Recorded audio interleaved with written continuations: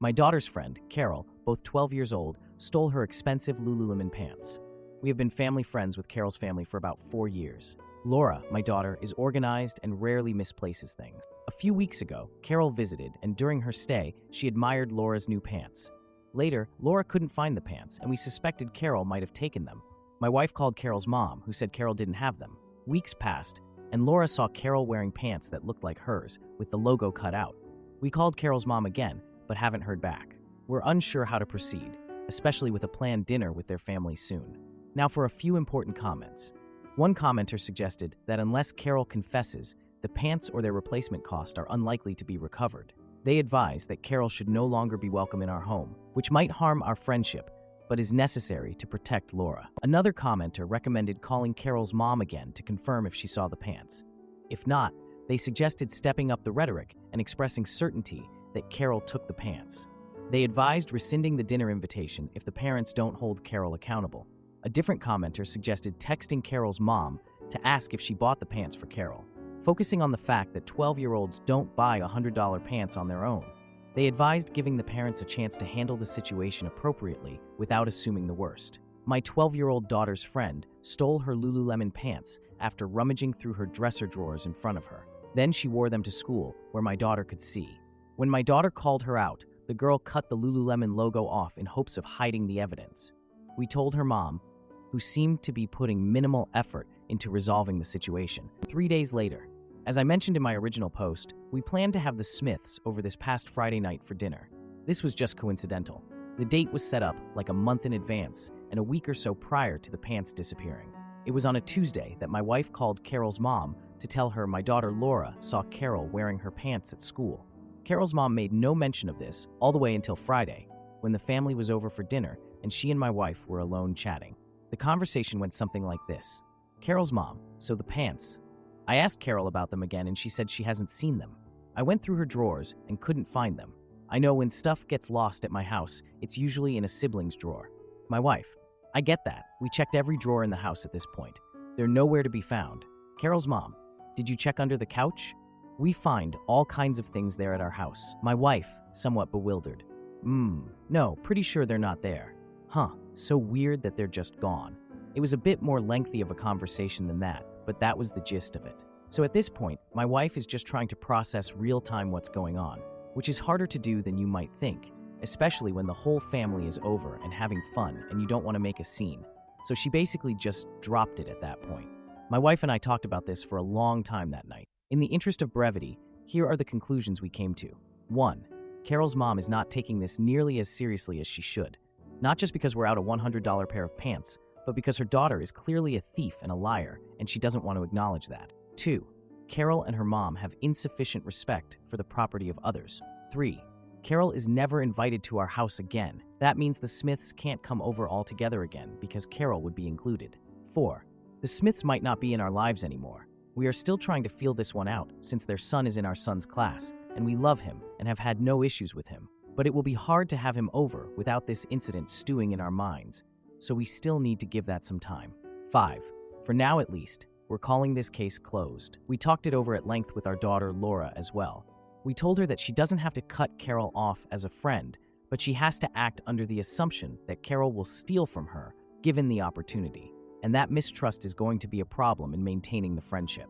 She was totally understanding and in agreement, but said she didn't want to cut Carol out of her life. She eats lunch with her in the same group of 4 to 5 friends, basically every day at school.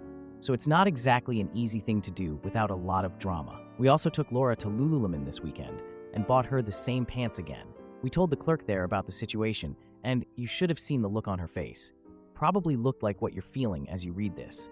Some mixture of disbelief and rage. It just really sucks to learn this about a friend, that they're like this and don't share what should be obvious values. My wife has vented this situation to 2 other moms, and both were just absolutely appalled.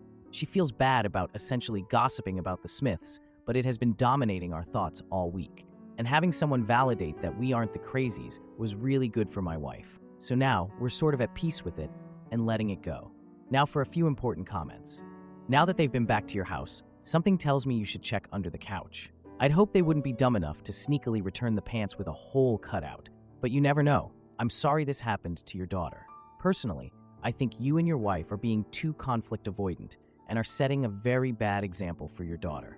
Whatever you tell your daughter with words, your actions show her that she just needs to be okay with people who blatantly take advantage of her by stealing from her. You said in your first post, your daughter is non-confrontational, and your handling, or lack thereof, really, of this situation will make her less likely to risk making waves or upsetting others when something similar happens in the future. That can have scary implications for a teenage girl and beyond. Society is already conditioned to not listen to or respect women's voices, and you've just reinforced to your daughter that it's more important to not upset others and the status quo than for her boundaries to be respected. I'm also wondering about the Crocs Carol claims someone else let her borrow. I think most of us here assume Carol probably stole those from a friend too. Has your daughter asked any of her friends about that? I'm thinking if two of them share that Carol stole something of theirs and realize she didn't face any actual consequences for it, maybe there would be a discussion among the group that sits together at lunch about whether Carol should still be included. That would be an excellent social lesson. Actions have consequences. You've given her parents a pass. Not allowing them back over is a good step, but that could easily be seen as you protecting all of the family's expensive stuff, not necessarily specifically an effort to specifically protect Laura. Now, Laura is following your lead and giving Carol a pass to not upset the lunch table status quo, despite the fact it's likely Carol stole things from at least two of her friends. Would you maintain a friendship with someone who came into your house and stole something of yours? Of course not. So why are you okay with your daughter doing that? Obviously, you don't have control over who she sits with at lunch, but the fact that Laura's priority right now seems to be not rocking the boat at the lunch table, despite having been wronged by Carol, shows me no one is learning the right lessons from this.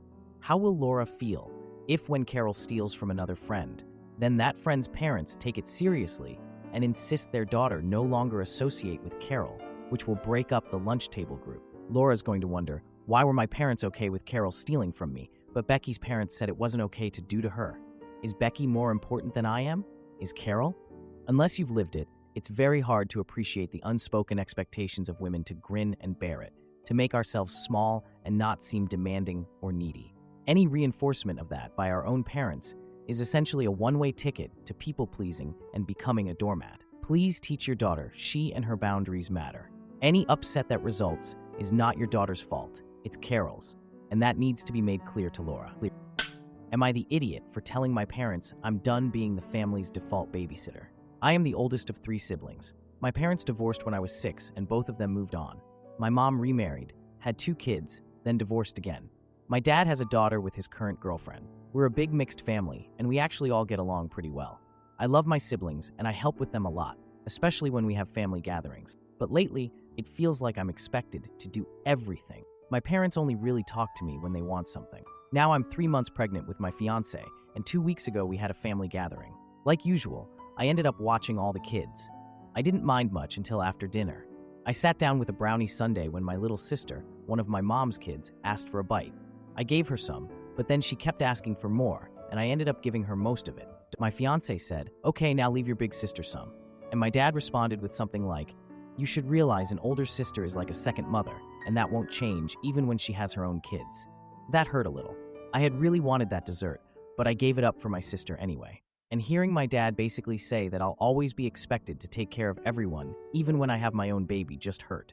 My fiancé tried to brush it off and went to see if there was still some left, but my parents got defensive and started listing all the things an older sister should expected to do.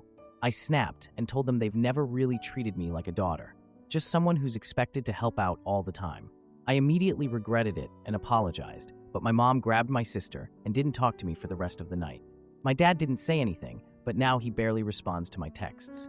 I'm worried I messed up my relationship with my parents and siblings. Did I overreact, or how do I fix this? Now for a few comments. One commenter said, "You didn't overreact. Clearly, they pushed you one step too far. Given that you are pregnant, creating a gap between your new baby and your younger siblings in terms of expectations is not a bad thing. Your baby will take preference over your siblings, and especially young siblings will not like that given the way your parents have parentified you. Don't worry, they will come crawling back when they need something from you.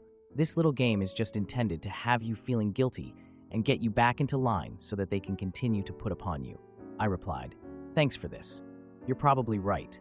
I guess I've been too focused on not upsetting anyone, but I can't keep being the go-to person, especially with a baby on the way. It's just hard not to feel guilty, even though I know I shouldn't. And yeah, it's definitely a pattern with them. They pull away when they don't get their way, but come right back when they need something. Time to break the cycle, I guess. Now for the 10-day update. Thanks to everyone who commented and offered support. It really meant a lot. I wanted to give an update on what's happened since.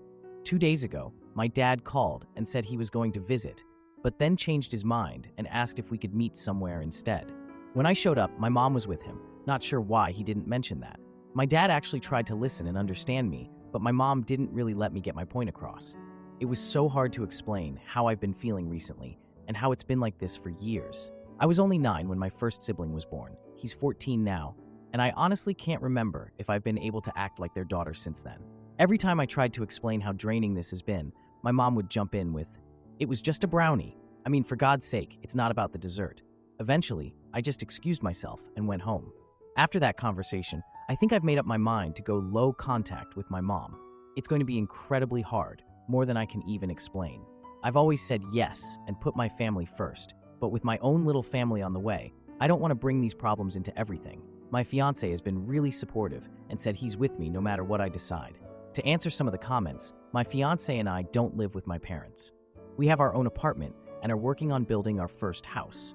As for how I'm pregnant with my fiancé, the pregnancy wasn't planned, but we decided to go through with it, and we're hoping to be the best parents we can be. Then another commenter suggested, "You might want to ask your dad why he brought your mom. Tell him you thought you were going to have a one-on-one with him about what he said, and having your mom there ended up being unproductive. If you don't want to talk to him, send him a note and see what he says. Your mom is clearly a lost cause, and you have your own baby and partner to prioritize." Am I the idiot for exposing my cheating ex and leaving her to face the fallout alone? I felt like something was off, so I went through my ex's phone and found messages between her and a male friend that seemed suspect. They were discussing meeting up without mentioning it to me, flirting, and talking in coded language about intimacy. There was nothing overt, but it was pretty sketchy. I figured she'd just lie and bury things deeper if I confronted her, so I set up a fake Instagram account. I sent her a message saying I knew she was cheating with her friend, had the receipts, and was going to contact her partner in 3 days, whether or not she confessed. The next day, she sat me down and admitted to cheating, but wouldn't tell me who it was or how long it'd been going on. She said she was sorry, loved me, and wanted to make things work. I told her that I already knew and that it was me who had sent her the message. My ex lost it, and I had to leave the apartment and go stay with a friend to get away from her. She was gone along with most of her clothes when I came back the next day. She'd completely trashed the place while I was gone. This all happened a few weeks ago, and it has been pretty tough ever since. It sucked having to find a new place to live and separating our stuff while dealing with feeling like shoot. To make it worse, I'd met the guy several times, shaken his hand, bought him a drink, thought he was harmless, etc. Mostly, I feel like an idiot for having trusted her. I've never cheated on anyone, and I assumed my ex was cut out of the same cloth. My ex is adamant that I'm a jerk for what I did to her, but I don't really feel like I owe her anything. I don't know, am I the jerk here? Now for some comments. One commenter said, "For what you did to her. Wow, she's desperately trying to find an offensive position when in reality, she's victim blaming. I applaud you for what you did, which was to catch her cheating and call her out. Guess the other dude can continue making his deposits because she's morally bankrupt. You should send him a celebratory bottle of wine as a gift for getting her out of your life. Does the other guy know she's a cheater? If not, there's a future petty revenge story here. Not the idiot." I replied, "Yeah, he knew about me. We'd met on several occasions, and he'd been introduced to me as a friend. He's just as gross and morally bankrupt as her. They deserve each other. I don't really feel like I need or want any revenge. I just want her out of my life." Another commenter said, "NTA, the only jerk here is her for cheating on you. She's just mad you outsmarted her." Now for the update 1 day later. So I think my original post must have been shared on Facebook or something because my phone has been blowing up. It's mostly mutual friends and acquaintances asking if I posted it. I'd told a few people about how I'd caught her cheating, and I guess it wasn't hard to put 2 and 2 together. My ex also tried to call me about 100 times. I know she knows my throwaway username because she sent me a screenshot of the post along with a long, hurtful message threatening all sorts of things. I blocked her everywhere after that. I want to clear a few things up. Going through her phone was wrong. I get that. To be honest, it's the first time I've ever done anything like that in a relationship, and it was only because there were so many things that gave me bad vibes. I left the apartment because my ex has a history of violent histrionics when she doesn't get her way. I didn't want to put myself in a compromising situation where she could either hurt me or make up stories about me hurting her. I had a bug-out bag packed and ready to go before I hit send on the message, just in case. She didn't do any real damage to the apartment, just threw my stuff around while having a tantrum. It took a few hours to clear up, and nothing valuable was damaged, so I figured it was easier to just let it slide. I had to stay in contact with her while we divided up our joint finances, furniture, and various other stuff accumulated over a 4-year relationship. As of yesterday, that's all done, which is why I waited several weeks to make the initial post. She is now blocked everywhere. Yes, I took the cat with me. We've both been crashing at my friend's place while I look for a new apartment. He's doing great. He was always my pet anyway. My ex tolerated him, at best. I told my ex that I was the one who sent the message because I wanted her to know. I suppose I could have played that hand differently, but I wanted the satisfaction of seeing the look on her face when she found out. It didn't feel that great in hindsight. I'd probably go back and do that differently if I could. I wasn't planning on airing her dirty laundry on social media because I wanted to be above that sort of juvenile nonsense, but it seems like the horse has bolted on that now. People know. I don't think there'll be much else to update on after this. I don't intend to ever speak to her again, and I doubt her ugly little man has the backbone to come after me. Now for a few more comments. One commenter said, "Good for you. Continue to move forward, and don't let anyone make you doubt yourself for a second that fooling that violent cheater into showing her true face was wrong." Another commenter added, "Agreed. You did the right thing. It's good that she showed her true colors. Keep moving forward, and don't let her negativity bring you down." Now for the new update 2 days later. Holy shoot, where to begin? Some things have happened since my last update. Yesterday while I was out, my ex-girlfriend showed up at my buddy's place with a box of my stuff and asked to see me. He said she looked like shoot. He also said she had a fat lip. I have to admit that I almost caved and called her to see if she was okay. I'm glad I didn't. My ex's sister texted and asked if we could talk. We always got along, and I have no issues with my ex's family, so I called her after I got home. We talked for about an hour. She wanted to apologize for her sister's behavior, but she also told me about some of the things that have been happening over the last few weeks. My ex has been staying with her sister since we split, and the guy she was with has been coming around regularly. They got into a huge fight yesterday, and my ex lost her shoot at him. Her sister had to pull her off him, and his elbow connected with my ex's face while he was trying to get away from her. Turns out he's not single, and his girlfriend found out about my ex. It also turns out that my ex wasn't his only side piece. My ex-girlfriend spilled her guts after H kicked him out. She's been lying to her family about everything, telling them that I cheated and she broke up with me. H said that my ex had confided in a couple of her friends about the way she got caught out. One of them saw the original post and sent it to her, since the details lined up almost exactly. Her friend must have shared the post with other people too, and from there it kind of snowballed. H also said that she's given my ex a week to find somewhere else to stay. So that's it, I guess. Now for a few comments. One commenter said, "It seems like the truth has finally come to light, and you're better off staying away from the drama and focusing on moving forward." Another added, "Now he can sit back, pop some popcorn, and watch the drama unfold. This is better than Netflix." A third commenter said, "Don't you just love karma? And keep strong and stay the course, and don't let her even try to ask you for a second chance." Then I replied, "I'm pretty sure that's why she showed up at my friend's place. All of her options fell through, so she was hoping to manipulate me into fixing things for her. I'd rather FK a cheese grater than get back together with her."